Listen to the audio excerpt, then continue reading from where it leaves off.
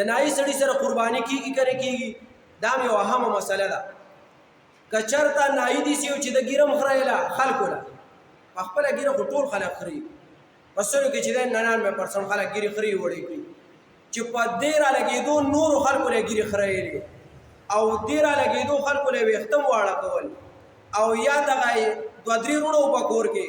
یو دغه د حرامو دا کاروبار کو چې ګیرې خلکو له خریلې وړې کولې د موټي نه سیوا وړې کولې او بل ورور دی یا بل 2-3 وروڼه دي هغه بله حلاله مزدوري کوي د ټولو مال شریک دی نو چې دا مال شریک دی نو تا سره چې په ټل کې قرباني کوي نو ته داسې شمار که چې دا د زما سره هغه حلال مال پسې کې ورکړو قربانۍ کول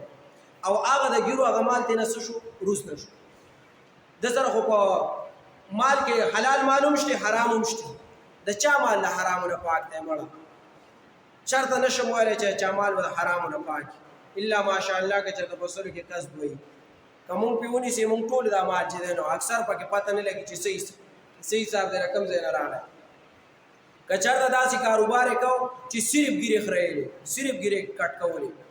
او بیا د ده سره نورې پیسې نه وي او په دغې پیسو باندې قرباني کوي نو اوس ورسره قرباني حرام ده ناجایز ده ورسره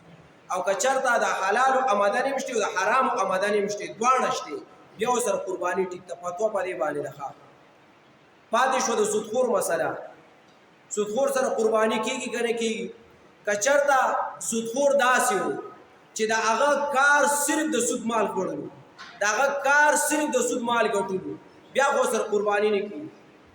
صرف سود مال دی ورسره بیا قرباني ټیک نه ده که چېرته یو کار د سود دی